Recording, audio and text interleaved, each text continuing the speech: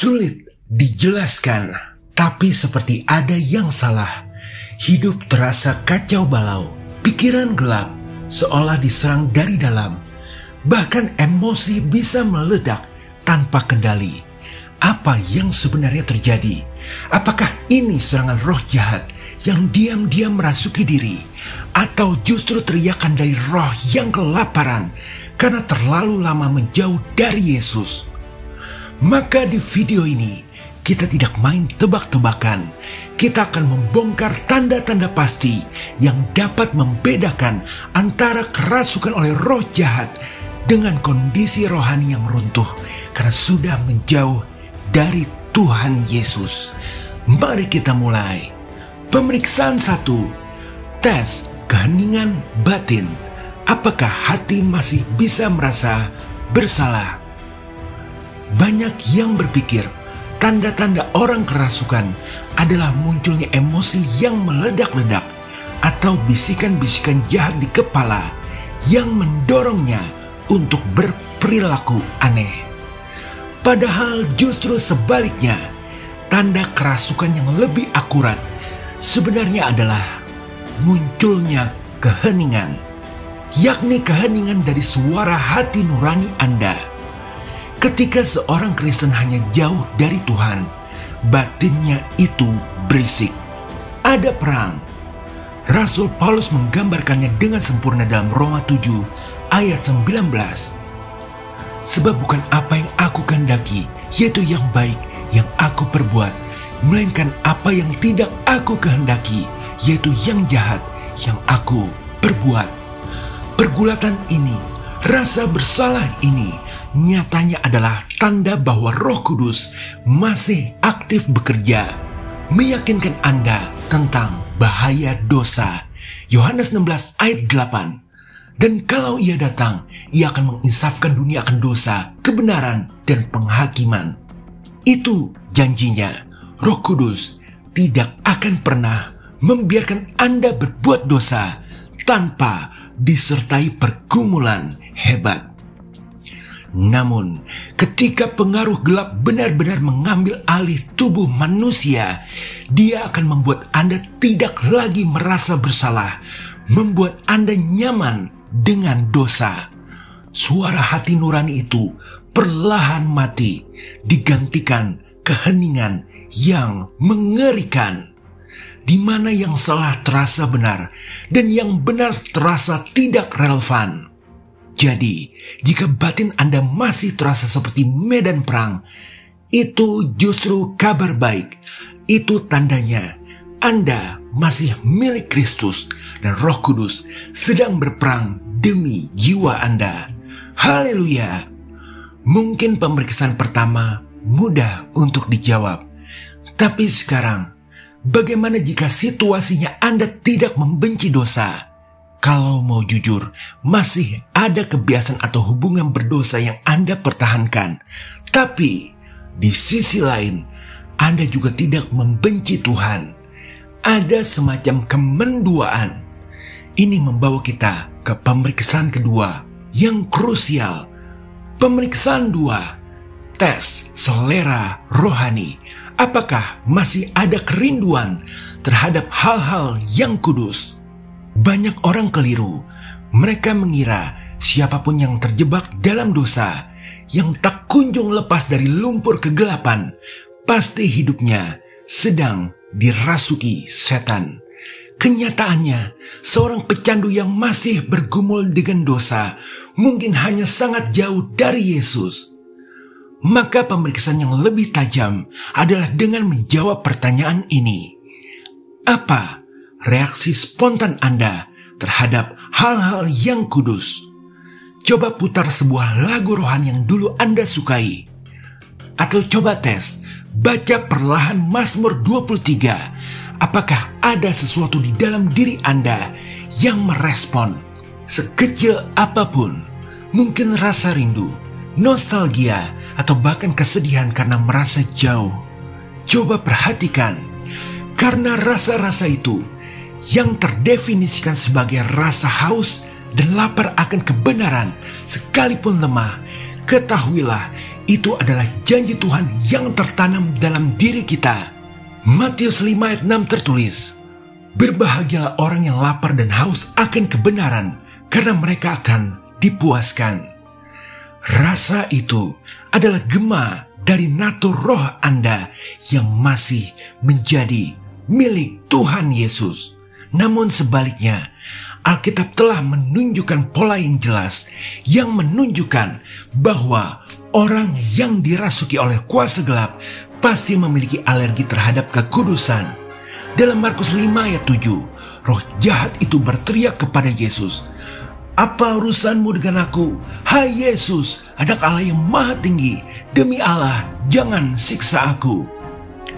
Dia bukannya merasa malu atau merasa tidak layak, melainkan terusik dan menolak Tuhan secara aktif. Jadi, pertanyaan yang benar bukanlah apakah Anda menikmati dosa, tapi apakah Anda membenci kekudusan. Jika sebuah lagu rohani, kutipan ayat, dan doa membuat Anda muak secara lahir batin, itu adalah lampu merah. Tapi jika masih ada percikan kerinduan, itu adalah janji bahwa api itu bisa dinyalakan kembali. Reaksi itu penting, maka satu tes selanjutnya yang terakhir ini merupakan penentu utamanya. Tes ini melibatkan kekuatan dari sebuah pengakuan sederhana. Pemeriksaan 3, tes pengakuan iman. Apakah lidah masih bisa mengaku Yesus adalah Tuhan? Sekarang, mari lakukan eksperimen praktis dimanapun Anda berada. Coba ucapkan kalimat ini dengan kesungguhan hati. Yesus Kristus adalah Tuhan. Seriusan, Anda harus mencobanya. Bagaimana rasanya? Mungkin terasa canggung, munafik, atau bahkan berat karena dosa Anda. Tapi bisakah Anda mengatakannya? Alkitab memberi kita sebuah kunci pemeriksaan yang luar biasa dalam 1 Korintus 12 ayat 3. Tidak ada seorang pun yang dapat mengaku Yesus adalah Tuhan selain oleh Roh Kudus. Ini adalah nubuatan dan janji sekaligus. Kemampuan untuk mengakui ketuhanan Kristus, bahkan dengan iman sebesar biji sesawi, adalah bukti sahih bahwa Roh Tuhan masih ada di dalam Anda. Orang yang sudah dirasuki oleh roh jahat tidak bisa dan tidak akan pernah bisa dengan tulus mengakui supremasi Kristus sebagai Tuhan dan Juru Selamat. Jadi, jika Anda bisa mengucapkan pengakuan itu, ketahuilah, terlepas proses apapun yang sedang Anda jalani, Anda tidak kerasukan. Anda mungkin seorang prajurit yang terluka parah di medan perang, berlumuran lumpur dan jauh dari markas, tetapi Anda masih memakai seragam yang benar. Anda belum berganti pihak. Pengakuan itu adalah bukti kepemilikan Anda. Haleluya, amin. Sekarang ketiga tanda ini mudah diingat dan sangat berharga. Simpanlah dalam hatimu, bukan hanya untuk diri Anda sendiri, tapi juga sebagai strategi rohani untuk melihat saudaramu yang mungkin sedang tersesat. Bukan untuk menghakimi, tapi untuk mengenali apakah mereka sedang dikuasai kegelapan atau hanya kehilangan arah karena jauh dari Yesus. Hafalkan ketiganya. 1. Apakah hatinya masih bisa merasa bersalah? 2. Apakah ia masih punya kerinduan terhadap hal-hal yang kudus? 3. Apakah lidahnya masih bisa dengan jujur mengakui Yesus adalah Tuhan? Jika jawabannya ya, sekecil apapun, itu bukan tanda kekalahan. Itu tanda roh mereka masih hidup dan pintu pertobatan masih terbuka lebar. Maka perhatikanlah, jarak yang menjauh ini biasanya ditandai dengan 4 gejala khas yang sering muncul. Ini adalah 4 bendera merah yang menunjukkan seseorang itu hidupnya sedang berjalan menjauh dari kasih karunia Yesus. Tanda khas pertama, sukacita yang hilang secara misterius. Bukan sekedar perasaan senang, tetapi ini tentang sukacita sejati atau joy yang menjadi buah roh. Segala pencapaian, kekayaan, atau kesenangan duniawi pun terasa hambar. Saat bangun di pagi hari, rasanya saja sudah kalah. Tidak ada semangat, tidak ada gairah, hanya perasaan datar dan cemas yang mengikuti kemanapun orang itu pergi. Alkitab berkata dalam Galatia 5:22, tetapi buah roh ialah kasih sukacita, damai sejahtera. Perhatikan kata kuncinya, buah. Buah tidak bisa muncul begitu saja. Buah hanya tumbuh jika rantingnya menempel pada pokok anggur. Yesus sendiri berkata dalam Yohanes 15 ayat 5, di luar aku, kamu tidak dapat berbuat apa-apa. Maka hidup yang terasa kelabu dapat terjadi karena sumber sukacita itu, kehadiran Yesus, telah ditinggalkan. Tanda khas kedua, lidah yang tiba-tiba liar. Bila lidah seseorang jadi lebih tajam dari biasanya, di mana kata-kata kasar, keluhan, kritik yang pedas, dan gosip mulai mendominasi. Bahkan mulai berbohong untuk hal-hal sepele, ketahuilah bahwa ini adalah sebuah tanda yang jelas hidupnya sedang menjauh dari Yesus. Karena Roh Kudus selalu memimpin pada penguasaan diri. Lukas 6 ayat 45 memberikan pernyataan yang tajam. Sebab yang diucapkan mulutnya meluap dari hatinya. Yesus tidak bilang yang diucapkan mulut meluap dari bisikan setan, tapi dari hati.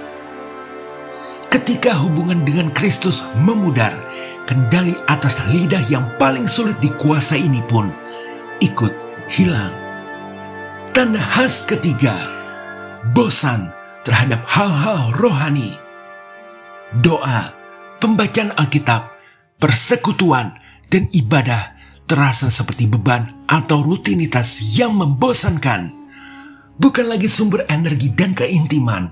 Kerinduan yang dulunya membara digantikan oleh sikap acuh, tak acuh. Ini bukan sikap muak hasil kerasukan setan, melainkan ini adalah gejala putus cinta dari hati. Lihatlah pesan Yesus kepada jemaat di Efesus dalam Wahyu 2 ayat 4. Namun demikian aku mencela engkau karena engkau telah meninggalkan kasihmu yang semula.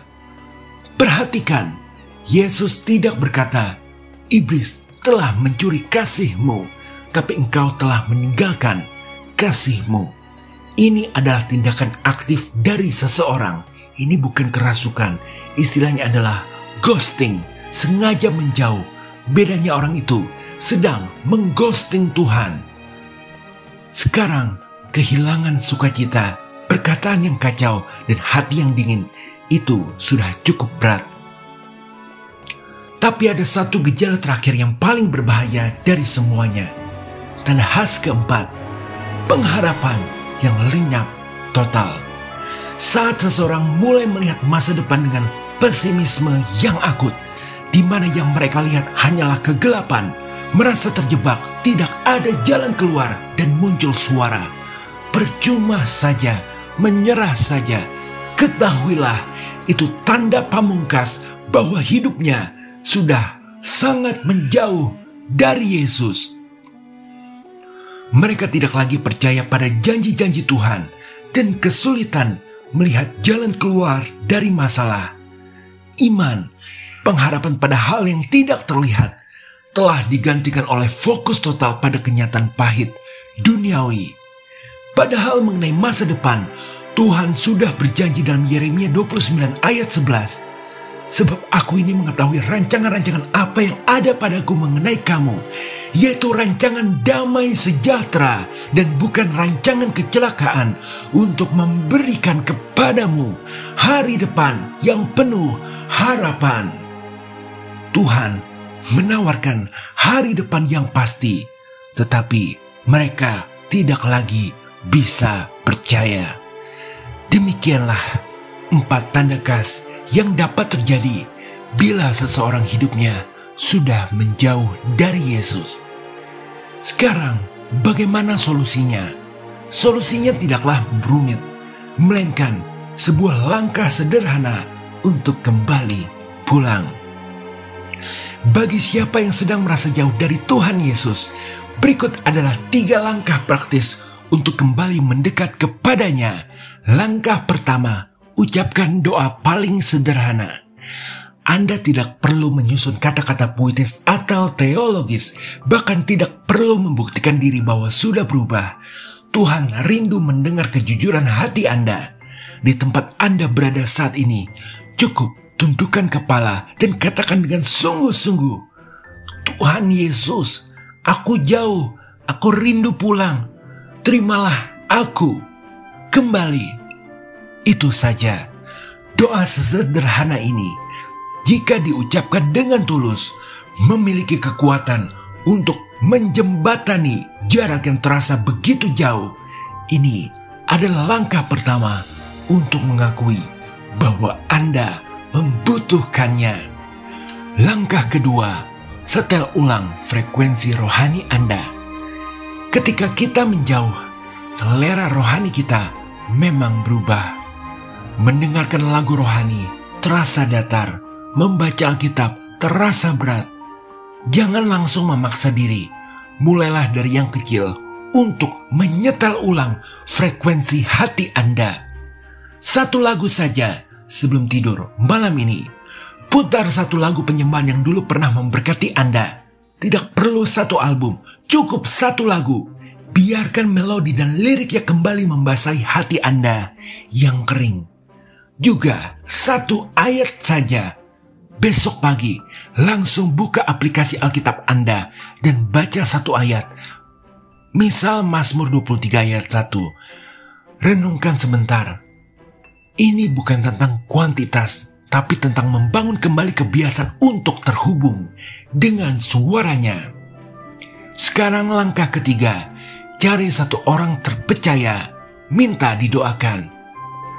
Iblis suka bekerja dalam kesunyian dan isolasi. Dia ingin Anda merasa bahwa Anda satu-satunya orang yang hanya mengalami ini. Lawan kebohongan itu.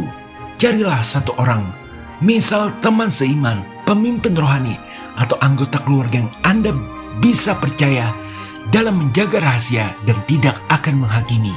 Katakan kepadanya, doakan aku ya, aku sedang berjuang untuk kembali bangkit bersama Tuhan. Bila tidak ada, bisa juga lewat dunia maya.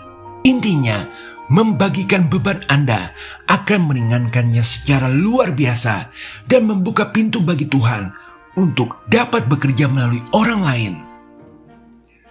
Pada akhirnya, perjalanan iman kita semua memiliki pasang surut. Ada kalanya kita berlari kencang bersama Tuhan, ada kalanya kita berjalan pelan, dan bahkan ada kalanya kita berhenti dan berbalik arah. Jika hari ini ada yang merasa sedang berada di titik terendah, ingatlah ini. Yesus tidak pernah beranjak dari tempatnya. Dialah yang sedang menanti dengan tangan terbuka, seperti Bapa dalam perumpamaan anak yang hilang. Haleluya. Amin. Jika berkenan berikan like, share, subscribe, serta komen. Tuhan Yesus memberkati.